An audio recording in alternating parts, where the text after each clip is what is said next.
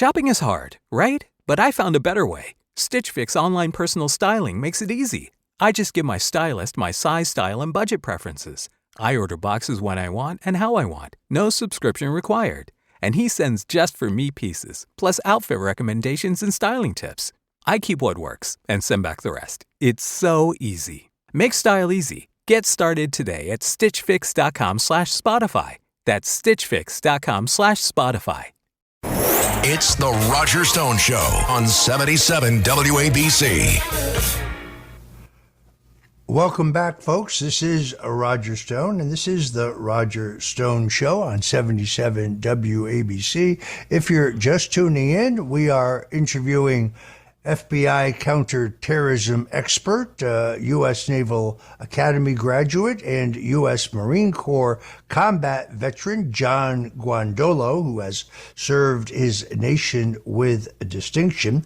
Today, he works trying to inform and train citizens, local leaders, law enforcement about the infiltration of our country by elements who do not wish us well.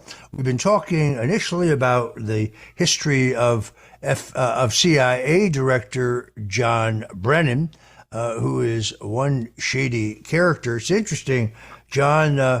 At one point, FBI Director John Comey, in an interview, asked about his politics, admitted that he too said, well, to the extent that I was ever political, I was a communist. You kind of wonder how the guys who are the head of the two most powerful law enforcement or intelligence agencies in the country are both admitted communists. It's pretty hard to swallow. It truly is, but it's indicative of the significant growth of the communist movement in the United States. And I want to touch on what you just said, because I think it's important. There was an article done by New York Magazine in October of 2003 called "Mr. Comey Goes to Washington," and the reason this is really important is at the time he was the U.S. Attorney of New York, one of the largest U.S. attorney's offices and most active in America, especially as it relates to counterintelligence and counterterrorism. And he was leaving to go be the deputy director of the of the United States.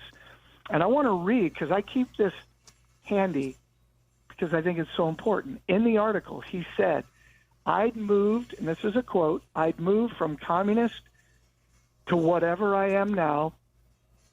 I'm not sure how to characterize myself politically. Maybe at some point I'll have to figure it out. Now, if I'm in charge, I'm a senator, there's no way in hell I'm voting that guy to be the FBI director who said, yeah, I'm a communist or was or am, but I'm not really sure where I am. Well, then we're really sure you shouldn't be the deputy director, the deputy attorney general of the United States, nor in the future should you be the FBI director. But yet that was his career path. And again, this story to me shows the corruption and the support for communists inside our government. Morning decisions. A creamy mocha frappuccino drink? A sweet vanilla? Maybe a smooth caramel? Or that white chocolate mocha? Whichever you choose, delicious coffee awaits. Start your day with bottled Starbucks Frappuccino drinks. Pick up a bottle near you wherever you buy your groceries. Hey guys, have you heard of Goldbelly? It's this amazing site where they ship the most iconic famous foods from restaurants across the country, anywhere, nationwide. I've never found a more perfect gift than food. They ship Chicago deep dish pizza, New York bagels, Maine lobster rolls, and even Ina Garten's famous cakes. So if you're looking for a gift for the food lover in your life, head to goldbelly.com and get 20% off your first order with promo code GIFT. This episode is brought to you by Factor. Optimize your nutrition this year with Factor, America's #1 ready-to-eat meal service. Factor's fresh, never frozen meals are dietitian approved, ready to eat in just 2 minutes. Choose from 40 weekly options across 8 dietary preferences like Calorie Smart, Protein Plus, and Keto. Eat smarter at factormeals.com/listen50 and use code listen50 for 50% off plus free shipping on your first box. Factormeals.com/listen50, code listen50. T's and C's apply. Support comes from ServiceNow. We're for people doing the creative work they actually want to do. That's why this ad was written and read by a real person and not AI. You know what people don't want to do? Boring, busy work. Now with AI agents built into the ServiceNow platform, you can automate millions of repetitive tasks in every corner of your business, IT, HR, and more, so your people can focus on the work that they want to do. That's putting AI agents to work for people. It's your turn. Visit servicenow.com. John, very recently, a number of the January 6th defendants sought to call you as a witness in their defense because of your vast experience. But the judge's instructions to you in those cases seem to me quite ludicrous. What did they tell you? Well, what's interesting is I testified first in the Rebecca Lavrance case last week. And because I live in Dallas and it was a quick, they asked me on short notice, the judge allowed me to testify via Zoom or their internal video network. And the judge said, you cannot talk about the fact that you were an FBI agent, the fact that I was the SWAT team leader for the FBI SWAT team, that I worked with the Capitol Police frequently, that I worked with their tactical units, that I trained some of them, the fact that I was the FBI's liaison to the U.S. Capitol Police Intelligence Unit for threats on the president, vice president, members of Congress, and others like Supreme Court justices, cabinet members. The fact that I worked on State of the Union addresses with Secret Service, Capitol Police, and others, that I worked inaugurations, security as a SWAT team leader and a SWAT team member, none of that was allowed to be discussed. And, of course, the attorneys for Ms. Lavrance thought it was incredibly relevant because it goes to my understanding of Capitol Police security procedures in January 6th, and the fact that they're charging people for being in certain parts of the ground and saying you're in the red zone, and so we're going to charge you for that. And in fact,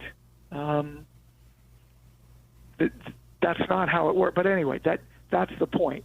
That I've never had these kinds of instructions given to me in all the years that I testified in criminal and terrorism cases. I've never heard of a witness getting these kinds of instructions that you can't even mention. As a matter of fact, I grew up in the D.C. area, and I said, it's been my experience, and I was thinking growing up, my dad worked for the Smithsonian. He was a federal government employee. I'd been all over D.C. into all the museums and the buildings, and I was very familiar with them. And just that, immediately the judge said, they objected, the prosecutors objected. So it was a farce, which obviously that. The entire January 6th trials, for the most part, there were people that did things like break windows and hurt people, and they should be charged for that. But this is a woman who walked into the Capitol with a group of people and was standing around and walked out. And this is where we are in today's America. Well, very clearly they wanted to strip from you as a witness any credibility based on your extraordinary experience. It is indeed... Yeah, may I say one more thing, Sure. Roger? Yesterday I was supposed to testify in another case, and Jared Kastner's case, and the prosecution filed a 12-page motion that I have not seen yet to keep me from testifying. But the judge initially was going to allow it, and then I was standing by to testify, and then decided we're not going to allow it. Now, needless to say, based on her comment, there are some real appeals here. The judge in the Rebecca Lavrance case said in open court that citizens don't have a First Amendment right at the U.S. Capitol. So that's an appeal right there on that. So these judges and these prosecutors, I don't think they're operating under their oaths of office, and I don't think they're operating in good faith. All right, I'm afraid we have to leave it there. Let me thank my friend and our guest today, John Guandolo, FBI counterterrorism expert. Folks, don't go away, because right behind us is my good friend Joe Piscopo with Sundays with Sinatra.